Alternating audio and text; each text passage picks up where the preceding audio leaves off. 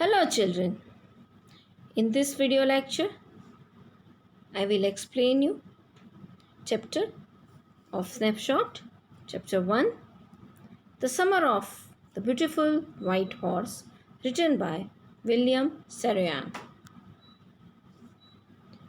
Let's know more about the author. William Saroyan was an American novelist, playwright and a short story writer.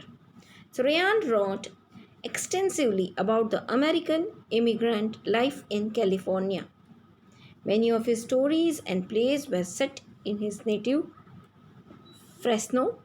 Some of his best known works are The Time of Your Life, My Name is Aram, and My Heart's in the Highlands. Let's know more about the chapter. The story is about two poor Armenian boys who are fond of riding horses. Aram, 9 years old, and Murad, 13 years old, belong to the Garoglanian tribe, whose people were well known for honesty and trust. Murad is able to steal a horse, and after enjoying riding for 1 month, he invites his cousin to join him in horse riding. Finally, they decide to return the horse to its owner as they did not want to bring any shame for their family. Let's know more about the characters of the chapter. Murad is a 13-year-old cousin of the narrator Aram, and he is lively and crazy person but with love for his cousin Aram, whom he offers the horse to ride for some time. He knows how to handle a horse. Aram, the narrator, he is a 9-year-old boy. He and Murad belong to the Garoglanian tribe. He justifies Murad's stealing of the horse for the purpose of horse riding as they did not intend to sell it off. Next character is John Byro. He is a farmer and owner of the beautiful white horse which was stolen by Murad. He is sad over the sudden disappearance of his horse for a few weeks ago. Next is Uncle Khosrow. He is the narrator's uncle who considered to be a crazy man. He has been described as a man with a short temper and irritable nature. Let's start explanation of the chapter. One day back there in the good old days when I was 9 and the world was full of every imaginable kind of magnificence and life was still a delightful and mysterious dream. My cousin Murad, who was considered crazy by everybody who knew him except me, came to my house at 4 in the morning and woke me up tapping on the window of my room. Children, this story is narrated by Aram. At that time, he was 9 years old. When he told us this, he narrated that time. He lived in the country named Armenia. Now here Aram is starting narration. He said that many years ago, when he was 9 years old, the world was full of every brilliant thing, and one could imagine life was enjoyable like a strange dream. His cousin Murad came to his house at 4 in the morning. He knocked at the window of his room to wake him up. Everybody considered Murad a passionate or a mad boy. He was the only person who did not consider him mad. Aram, he said. I jumped out of bed and looked out of the window. I could not believe what I saw. It was not morning yet, but it was summer, and with daybreak not many minutes around the corner of the world, it was light enough for me to know I was not dreaming.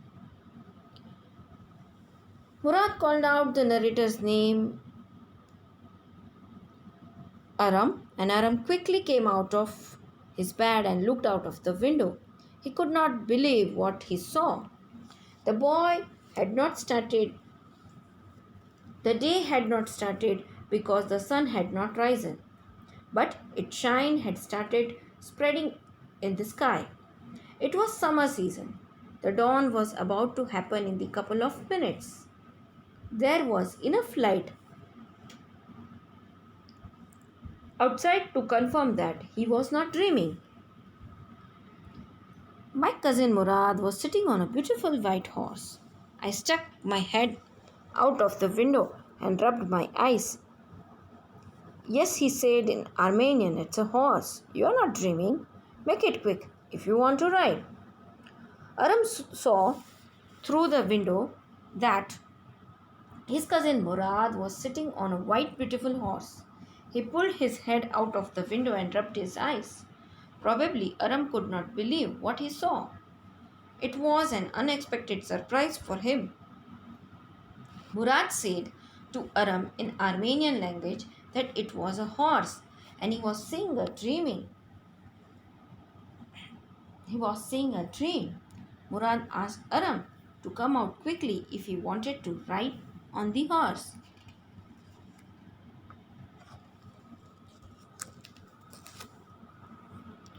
I knew my cousin Murad enjoyed being alive more than anybody else who had ever fallen into the world by mistake, but this was more than even I could believe. Aram was aware that his cousin Murad always enjoyed his life. His belief for enjoying life was stronger than that of anybody else in this world. But Murad enjoying a horse ride was beyond Aram's imagination. In the first place, my earliest memories had been memories of horses, and my first belongings had been belongings to ride. Most importantly, even in Aram's old dreams, he had dreamed about horses. It was a stronger desire to ride a horse. This was the wonderful part. In the second phase, we were poor. This was the part that would not permit to believe me what I saw. It was really wonderful him to have the desire of riding a horse. The second part of his life was that they were poor. This second part did not allow him to believe to what he saw. Aram wanted to say that because they were poor, it was beyond his imagination that they could even ride a horse. We were poor. We had no money. Our whole tribe was poverty stricken. Every branch of the Garoglanian family was living in the most amazing and comical poverty in the world. Nobody could understand where we ever got money enough to keep us with food in our bellies, not even the old man of the family. Most important to all, though, we were famous for our honesty. We had been famous for our honesty for something like 11 centuries. Even when we had been wealthiest family in what we liked to think was the world, we were proud first, honest next, and after that we believed in right and wrong. None of us would take advantage of anybody in the world, let alone steal. Aram further said to us that they were poor and without any money. Every member of his society was affected by poverty. Everybody in Garoglanian tribe was poor. They all were lived with great degree of poverty. They never understood how they earned enough money. Even the old people of their families did not know that. But they required money to buy things to keep their stomach full. Author wanted to say that means of earning were limited and not certain. Thus, their income was also very low. But the most important aspect about them was that they were always honest. They were famous for being honest. Since 1100 years, they were famous for being honest. They were honest even when they were considered the richest family among the families living around them. They considered that small group of the families as the complete world for them. They were proud of their culture, then they proud of their honesty. It was only after these two aspects they considered what was right or wrong. Nobody amongst them would ever take advantage of any other person in the world. They could never think of stealing anything.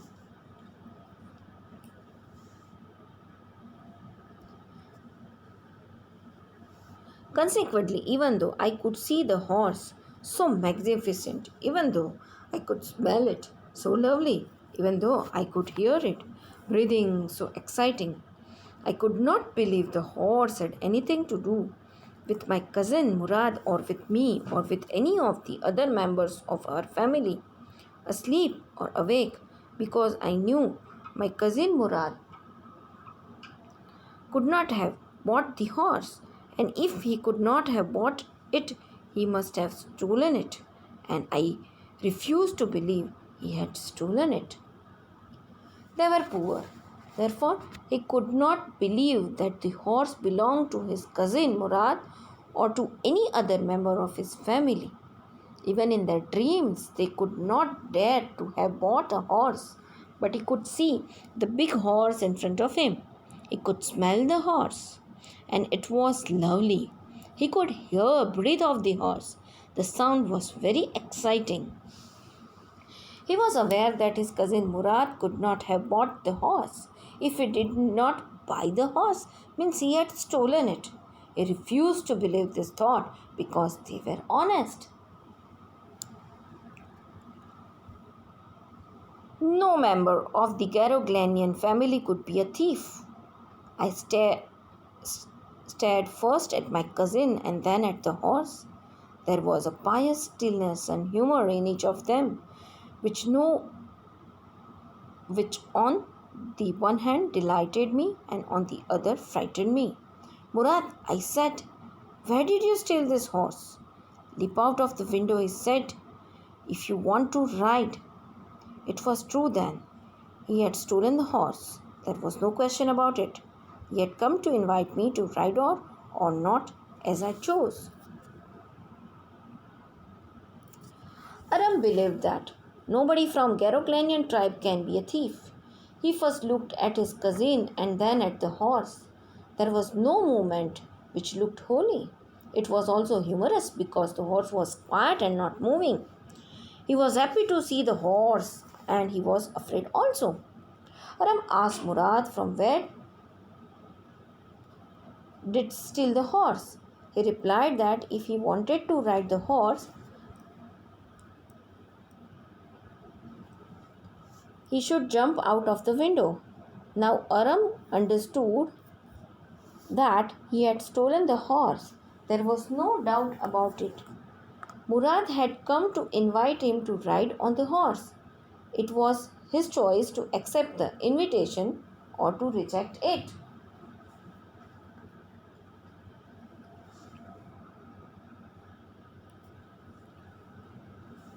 Well, it seemed to me stealing a horse for a ride was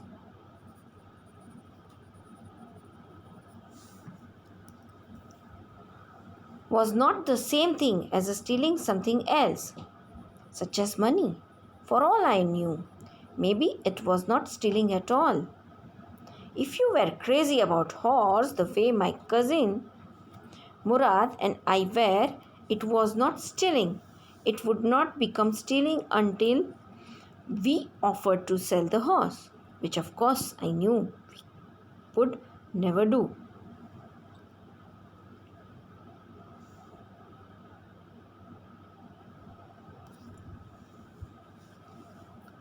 Aram believed that he had a strong opinion that stealing a horse for taking a ride cannot be called stealing of money.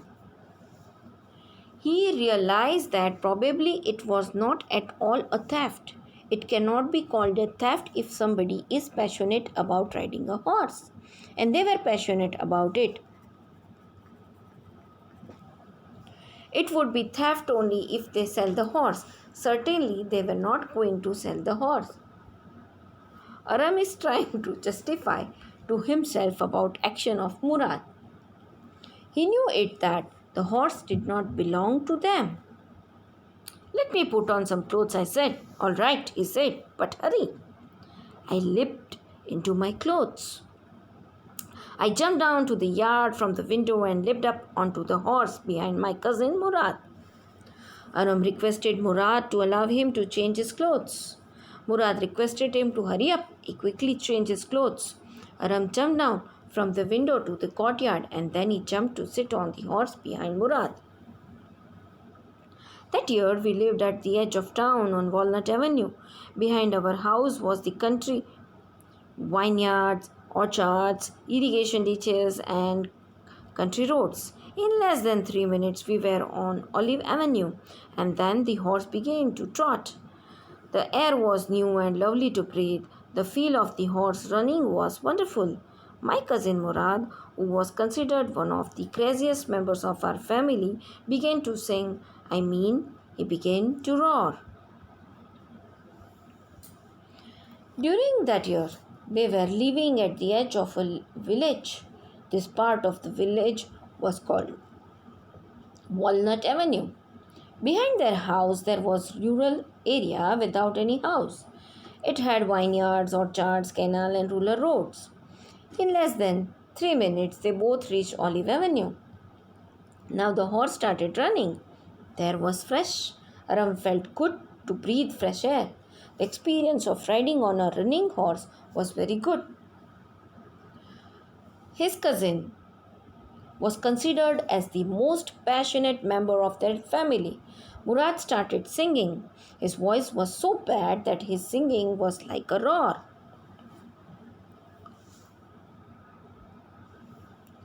Every family has a crazy streak in it somewhere, and my cousin Murad was considered the natural descendant of the crazy streak in our tribe.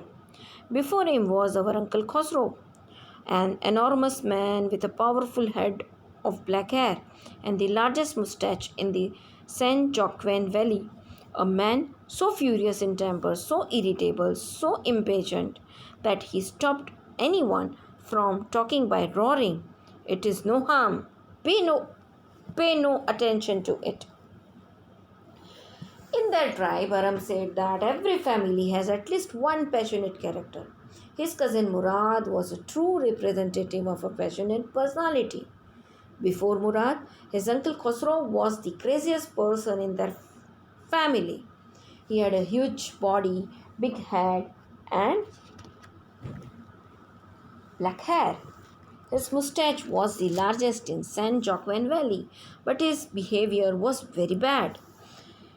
He would easily become angry and very impatient. He used to stop everyone from talking by saying, "It is no harm, pay no attention to it," which means it is a small aspect, so no one should bother about it.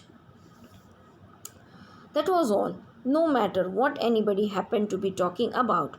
Once it was his own son, Arak, running 8 blocks to the barber shop where his father was having his mustache trimmed to tell him their house was on fire. This man Khosrow sat up in the chair and roared, "It is no harm. Pay no attention to it." The barber said, "But the boy says your house is on fire." So Khosrow roared, "Enough. It is no harm, I say." Whatever anybody told him, Khosrow would give the same reply. Once he was getting his mustache trimmed from a barber. The shop was 8 buildings away from his own house. His son Arak came running to the shop to tell him that their house had caught fire. Khosrow sat up in the chair and shouted at his son, "It is no harm. Pay no attention to it." The barber reminded Khosrow that the boy was telling that his own house had caught fire. He again shouted and told that it was no problem. My cousin Murad was considered the natural descendant of this man. Although Murad's father was Zurab, who was practical and nothing else. That's how it was in our tribe.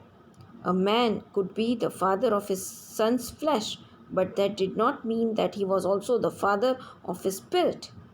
The distribution of the various kinds of spirit of our tribe had been from the beginning capricious and vagrant. My cousin Murad was regarded as a natural representative of this man Khosrow. Though Murad's father Zora was a practical person, such was the speciality of our tribe. A person is certainly father descendant, but this does not mean that both will live similar feelings and intellect. A son can be different from his father. Every person of our community had different unpredictable temperament, and the temperament was never a constant even in a family. It changed a lot.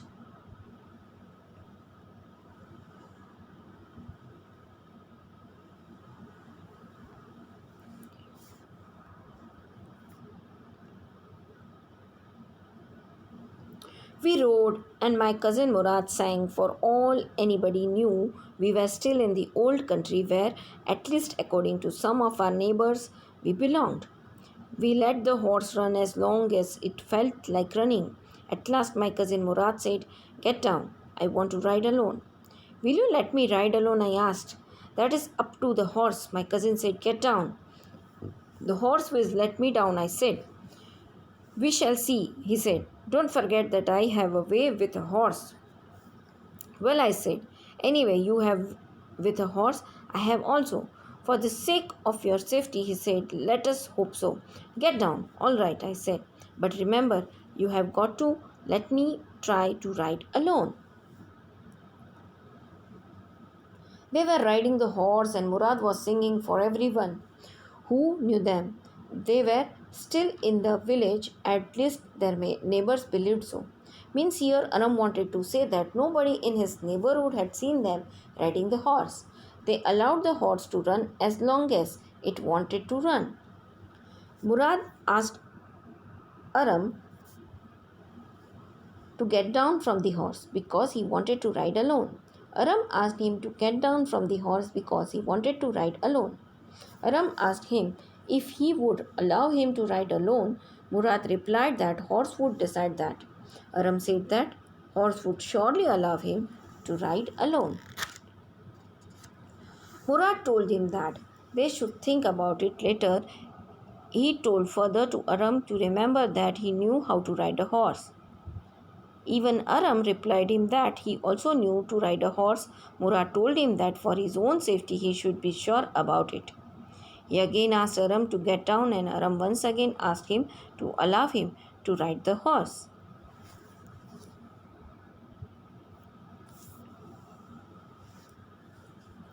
I got down, and my cousin Murad kicked his heels into the horse and shouted, "Wazir, run!"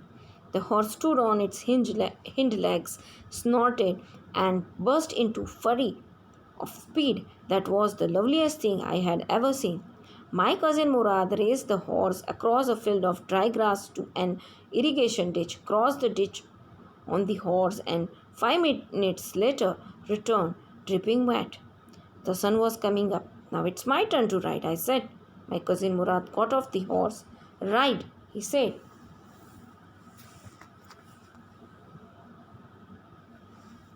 Aram got down from the horse. Murad kicked horse with his heel and shouted, "Wazir, run!" For a moment, the horse stood on its back legs. It produced a sound through its nose and suddenly started running at high speed. It was the most beautiful thing experienced by Aram. Murad ran his horse through the field that had dry grass and then ran it into the irrigation canal. After 5 minutes he returned. He was completely wet because of water of irrigation canal. The sun at that time was rising. Aram told Murad that it was his turn to ride the horse. Murad got down from the horse and allowed Aram to ride alone.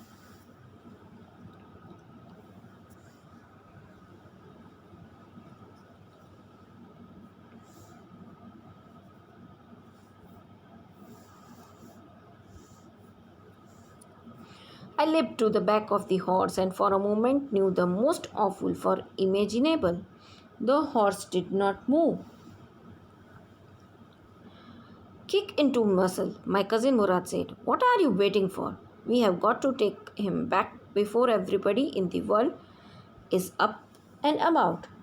Aram jumped on the back of the horse. For a moment he felt very afraid beyond his imagination. The horse did not move at all. Murad instructed Aram to kick the horse and further asked why he was waiting.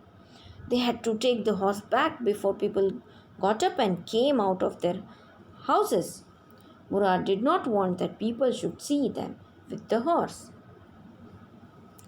I kicked into the muzzle of the horse. Once again, it reared and snorted, and then it began to run. It did not know what to do. I did not know what to do. Instead of running across the field in the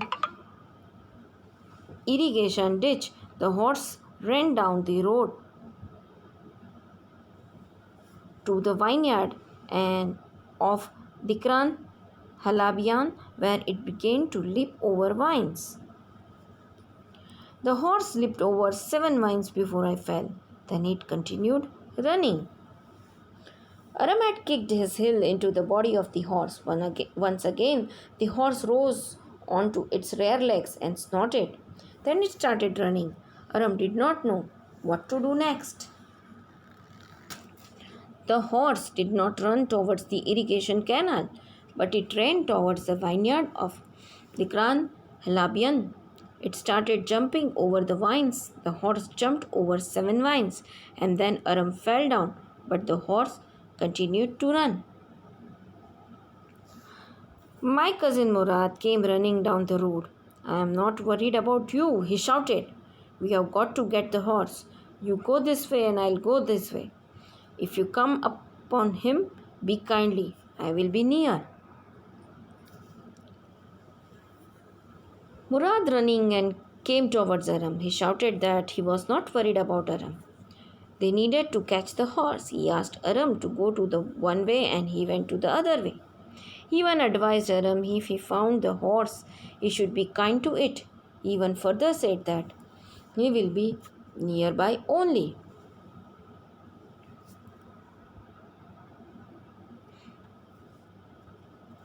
I continued down the road and my cousin Murad went across the field toward the irrigation ditch. It took him half an hour to find the horse and bring him back. All right, he said, jump on. The whole world is awake now. What will we do? I said. Well, he said, we will either take him back or hide him until tomorrow morning. Aram continued to walk along the road. Murad crossed the field to walk towards the irrigation canal. In about half an hour, he found the horse and brought it back. Murad asked Aram to jump on the horse. Obviously, at that time, he was also sitting on the horse. He even told Aram that now everybody in the village was awake, and Aram asked Murad what they should do then. He replied that either they would take it back the horse or hide somewhere till tomorrow morning. He did not sound worried, and I knew he had hide him and not take him back. Not for a while, at any rate. Where will we hide him? I said.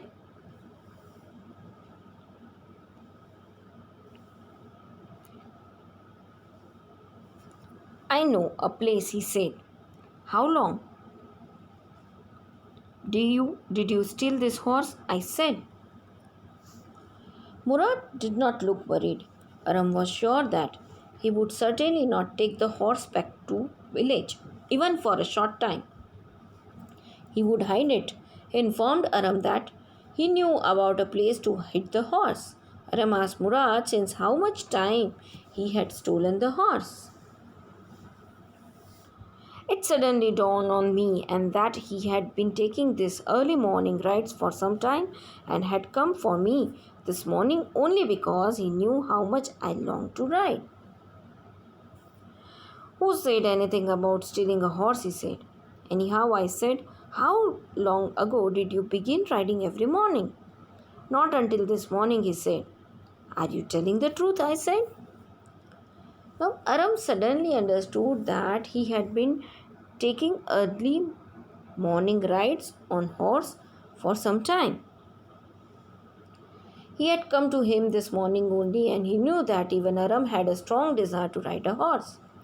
Murad asked who had talked about stealing the horse.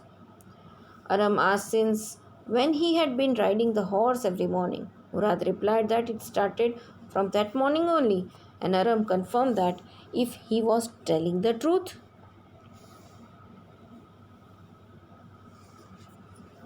Of course not, he said. But if we are found out, that's what you are to say. I don't want both of us to be liars. All you know is that we started riding this morning. All right, I said. He walked the horse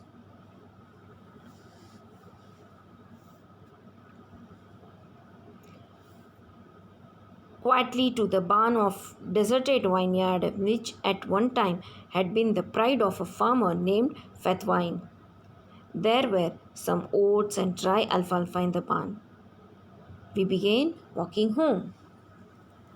Murad confirmed that he was not telling the truth, but if they were caught, they need to tell that they started riding from that morning only.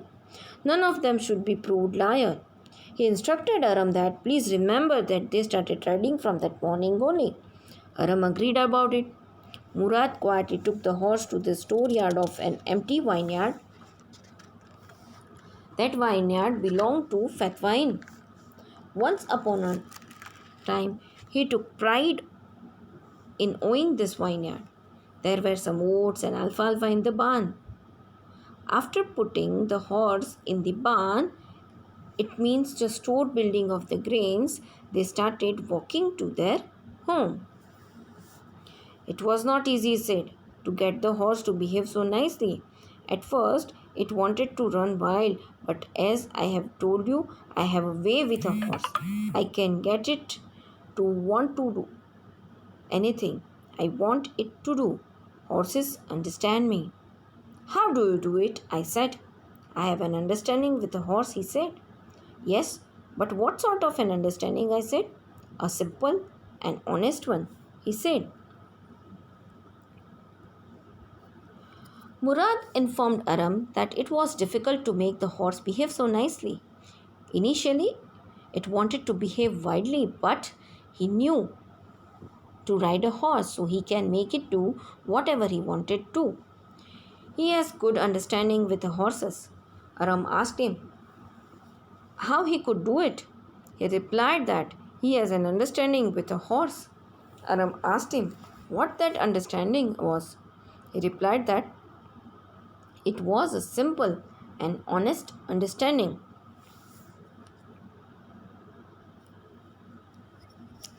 Well, I said, I wish I knew how to reach an understanding like that with a horse. You are still a small boy, he said. When you get to be 13 years, you will know how to do it. I went home and ate a heavy breakfast. And ate a hearty breakfast means. Aram replied that he also wanted to have such a good understanding with the horse. Murad replied that still he was a small boy.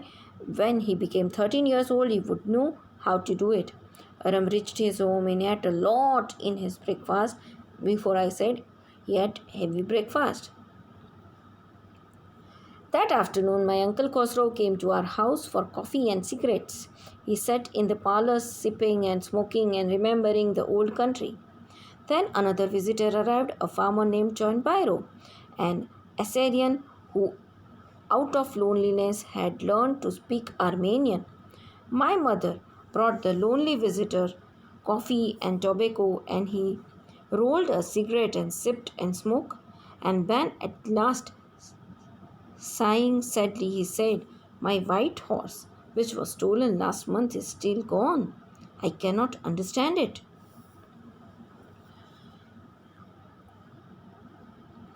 In the afternoon of that day, his uncle Khosrow came to his home. He wanted to have coffee and cigarettes. He sat in the sitting room of Aram's house. He was taking coffee, smoking cigarettes, and recalling the rural areas he had lived in. One more guest came to Aram's house. He was a farmer. His name was John Byro. He was from a Syriac country. He used to live alone in Armenia. To avoid his loneliness, he learned to speak Armenian language. Aram's mother brought coffee and tobacco for that lonely guest. John Byro made a cigarette from that tobacco. He took coffee and smoked cigarette. In a very sad voice, he said that his white horse was stolen 1 month ago. He had not yet found it. He is not able to understand about the theft. Aram was confused. My uncle Khosrow became very irritated and shouted, "It's no harm. What is the loss of a horse? Haven't we all lost the homeland? What is this crying over a horse? That may be all right for you, a city dweller, to say," John Byro said. "But what of my Surrey? What good is Surrey without a horse?" Aram's uncle Khosrow became very angry and shouted that it was no harm. Loss of horse is nothing. They all have moved away from their native country. He should not feel sad for the loss of horse because they have lost their motherland. The horse is only a thing in front of it. John Byro replied that for a resident of city, loss of horse is just a normal thing, but for him it was a big thing because he has a carriage, and a carriage is useless without a horse. "Pay no attention to it," my uncle Khosrow roared. "I walked 10 miles to get there. Here," John Byro said. "You have legs," my uncle Khosrow shouted. "My left leg pains me," the farmer said. "Pay no attention to it," my uncle Khosrow roared. "That horse cost me $60, the farmer said. He got up and stalked out of the house, slamming the screen door, my mother explained. "He has a gentle heart," she said. It is simply that he is homesick and such a large man." Khosrow shouted to pay no attention to the theft. John Byro said that he had walked 10 miles to come to the city. Khosrow replied in a loud voice that John Byro had legs, so he should walk. The farmer said that he had pain in his left leg. Uncle Khosrow again shouted to pay no attention to the pain. The farmer said that he had paid $60 to buy that horse. Khosrow said that he did not give any importance to money. John Byro got up and angrily walked out of the house. He closed the door with a noise, and Aram's mother explained his uncle that the farmer was a kind person and he was quite old farmer and still lonely. So he was feeling bad about loss of horse. The farmer went away and I ran over to my cousin Murad's house. He was sitting under a peach tree trying to repair the hurt wing of a young robin which could not fly. He was talking to the bird. The farmer went from Aram's house. Aram ran to the house of Murad. He was sitting under a peach tree. He was trying to repair the damaged wing of a robin bird. It was not able to fly. While repairing the wings, he was talking to the bird. "What is it?" he said. "The farmer John Byro," I said. "He visited our house. He wants his horse. You have had it a month. I want you to promise not to take it back until I learn to ride." Murad asked Aram what the matter was. Aram said that John Byro, the farmer, had visited his house. The farmer is searching for his horse. Murad had the horse with him for a month. Aram took promise from Murad that he would return the horse only after Aram has only learned riding. "It will take you a year to learn to ride," my cousin Murad said. "We could keep the horse a year," I said. My cousin Murad leaped to his feet. "What?" he roared. "Are you inviting a member of the Caroglinan family to steal? The horse must go back to its true owner." "When?" I said. "In 6 months, at least," he said. He threw the bird into the air and the bird tried hard, almost fell twice, but at last flew away, high and straight. Murad told Aram that he would take 1 year to learn riding. To them, Aram replied that they should return the horse after 1 year. Now Murad jumped up and stood up. He was surprised by Aram's reply and shouted at him. Murad said Aram that he was advising a member of Keroglanian family to steal. He further told Aram that the horse must be returned to its owner.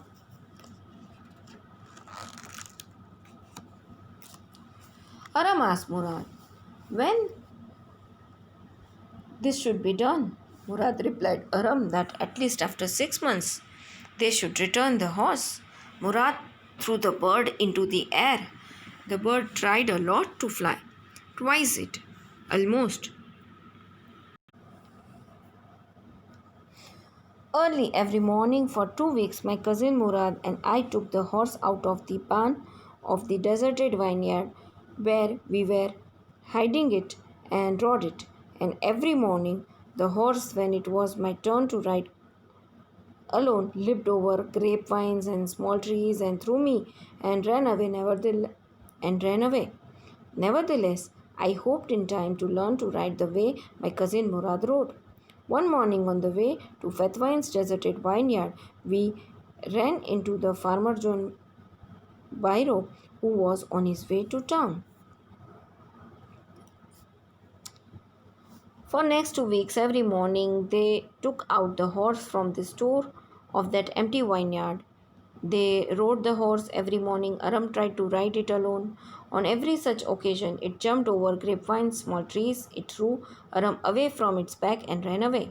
In spite of force throwing Aram off again and again, Aram was hopeful of learning to ride the horse. Aram wanted to be as expert as his cousin Murad was. One morning, while they were going to the empty vineyard of Fethwine, they met the farmer John Byro. He was going to the town. Let me do the talking, my cousin Murad said. I have a way with farmers. Good morning, John Byro, my cousin Murad said to the farmer. The farmer studied the horse eagerly. Good morning, son of my friends, he said. What is the name of your horse? Murad said that he will talk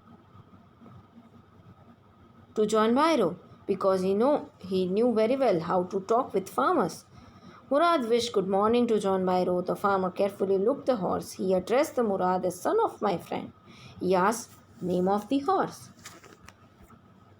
My heart, my cousin Murad said in Armenian. A lovely name. John Byro said, for a lovely horse. I could swear it is the horse that was stolen from me many weeks ago. May I look into his mouth? Of course, Murad said. The farmer looked into the mouth of the horse. Tooth for tooth, he said. I would swear it is my horse if I did not know your parents. The fame of your family for honesty is well known for me. Yet the horse is the twin of my horse. A suspicious man would believe his eyes instead of his heart.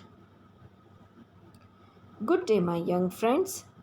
Good day, John Byro, my cousin Murad said. Murad replied that the name of the horse was My Heart. The farmer said he was sure that his horse was same as his horse. His horse was stolen about 1 month back.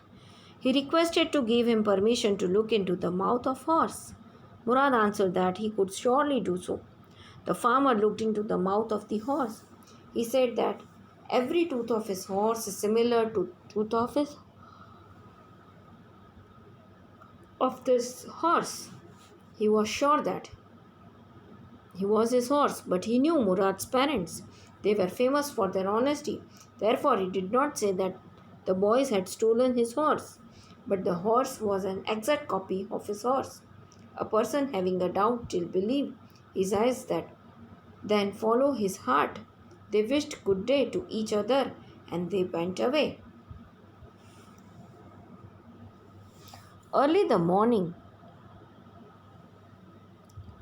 we took the horse to John Byro's vineyard and put it into the barn. The dogs followed us around without making a sound. The dogs, I whispered to my cousin Murad. I thought they would bark. They would at somebody else, he said. I have a way with dogs. My cousin Murad put his arm around the horse, pressed his nose into the horse's nose, patted it, and then we went away. Next early morning, Murad and Aram took the horse to the vineyard of John Byro. They put the horse into the barn and the dogs were following them. But they were silent. In a low voice, Aram said to Murad that dogs may bark. Murad replied Aram that he knew how to handle dogs. Murad put his arm around the horse. Then he pressed his face against the face of the horse. Their noses were close to each other. He patted the horse and walked away. That afternoon, John Byro came to our house in his surrey and showed my mother the horse that had been stolen and returned. I do not know what to think, he said. The horse is stronger than ever, better tempered too. I thank God my uncle Khosrow, who was in the parlor, became irritated and shouted, "Quiet, man, quiet! Your horse has been returned. Pay no attention to it." In the afternoon of that day, John Byro came to Aram's house. He was driving his carriage. He told Aram's mother that his stolen horse had been returned. John Byro said that he was not able to understand and anything about the theft. The horse was stronger than it was before. Its behavior had also become better. He was so thankful to God. Uncle Khosrow was too in the sitting area of Aram's house. He became angry and shouted at the farmer. He asked the farmer to keep quiet. Your horse had been returned. And in last, he said his tagline, pay no attention to it. Here, my explanation is ending, children. I have given you line by line explanation, and for your reference, here I have kept a textual exercise, textual question answer. Please copy each and every question answer in your notebook, and for your reference, here I have kept extra questions, and so you need to prepare it to write it down in your notebook with a neat and clean handwriting.